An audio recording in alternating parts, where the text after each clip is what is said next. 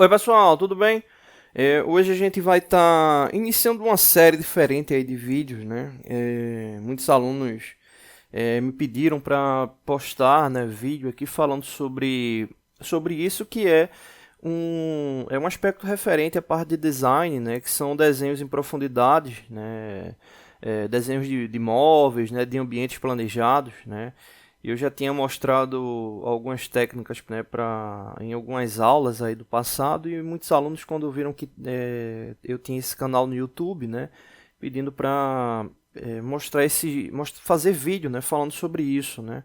Não é uma coisa que eu faço, né, de forma rotineira, né, mas aí tava muita gente tava pedindo, eu acabei resolvendo fazer uma sequência, né. Aí vou deixar aí na mesma playlist aí que os vídeos, né, do Magic Plan. Bom, enfim, né, o que acontece, né, para quem atua aí na área de design, é muito comum, né, essa ação de desenho em profundidade, né, em ambientes pré-selecionados, né, para ter uma noção, né, de como é que vai ficar o móvel, né, e principalmente se for móvel planejado também, para dar aquela sensação, né. Só que existem softwares, né, que atuam com isso, né. Você pode ter um software dedicado a isso, ou você pode estar utilizando também um software para criar, né, todo o processo, né, levando em consideração o espaço, né, ou seja, levando em consideração o ambiente, a criação do ambiente, né, e a inserção do objeto no local, né. Eu particularmente gosto muito do Magic Plan, né, porque ele te dá essa possibilidade, né, mas você tem algumas limitações, né, exemplo, a biblioteca, né, de objetos eles não são editáveis, né, então é aquela coisa, né, é muito além do que você está acostumado, né. Esse aqui, eu já até fiz alguns vídeos aqui sobre esse software no canal, que é o Sketchbook, né, que é um software da Autodesk, né. Ele é um software gratuito, né, o link dele está aí na descrição.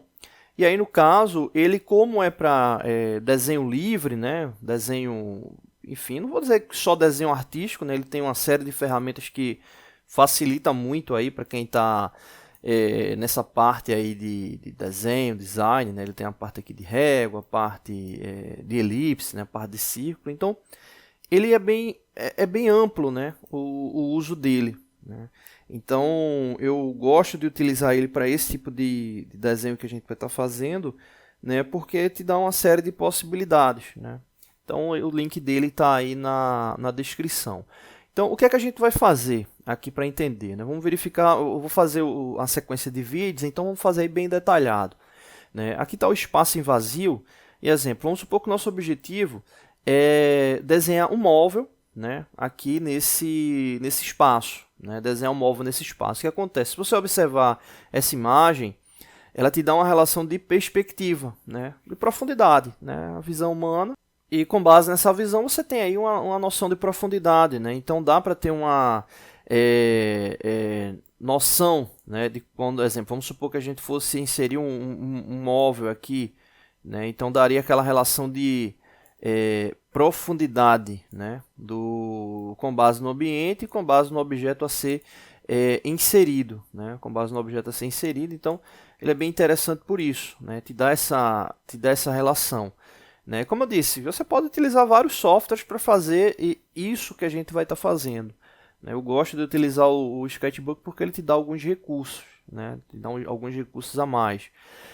Então, só que o que acontece, né? Quando você vai fazer esse tipo de perspectiva aqui, ele é diferente de uma perspectiva, exemplo, uma perspectiva isométrica, né? Tem aquela base de eixo de rotação com 120 graus, né? Daquela relação lá de 120 graus lá né, de disposição, né, do objeto que vai ser representado. Nesse caso aqui, você tem que entender que a visão humana ela vai criar, né, uma profundidade de acordo com o ponto de observação, né? E aí vem uma dica importante, né? Um caso de desenho como esse, né, de objeto de profundidade, né, é sempre importante traçar uma linha, né, próxima ali à indicação central do quarto, né, ou do espaço, porque se você observar aqui, observa essa inclinação, né, aqui do canto da parede, né, e observa essa outra inclinação, né, elas estão indo aqui de forma convergente aqui para um sentido que seria o fundo do espaço, né? Obviamente você não vê esse encontro porque existe aqui a limitação referente ao comprimento dele, né? Mas, exemplo, se você estiver num corredor muito longo, né, vai chegar uma hora que você vai ver em relação a essa escala de profundidade como se as linhas se encontrassem, né, cada vez mais fechando, né? Então esse é o grande detalhe para poder atuar aí com esse tipo de desenho, ou seja, ter essa relação desse conceito, né, para poder fazer o desenho. Então a primeira dica seria ter essa linha de referência, né, aí do fundo para ter o sentido de projeção, né, ou para um lado ou para o outro, e lembrando que cada vez mais, quanto mais vai se aproximando do centro, né, esse ângulo de projeção, mais fechado ele fica até realmente ficar ali reto, né, que seria basicamente aqui da visão do observador, né, a parte central aí do espaço, né, nesse caso aí do quarto, né.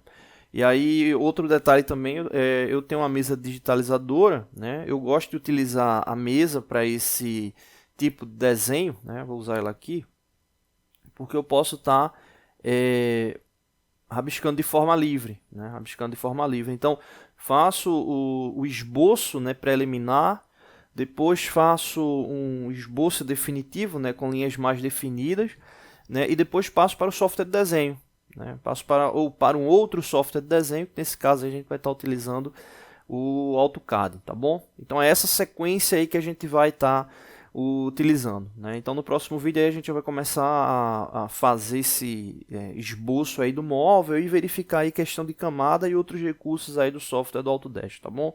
Valeu!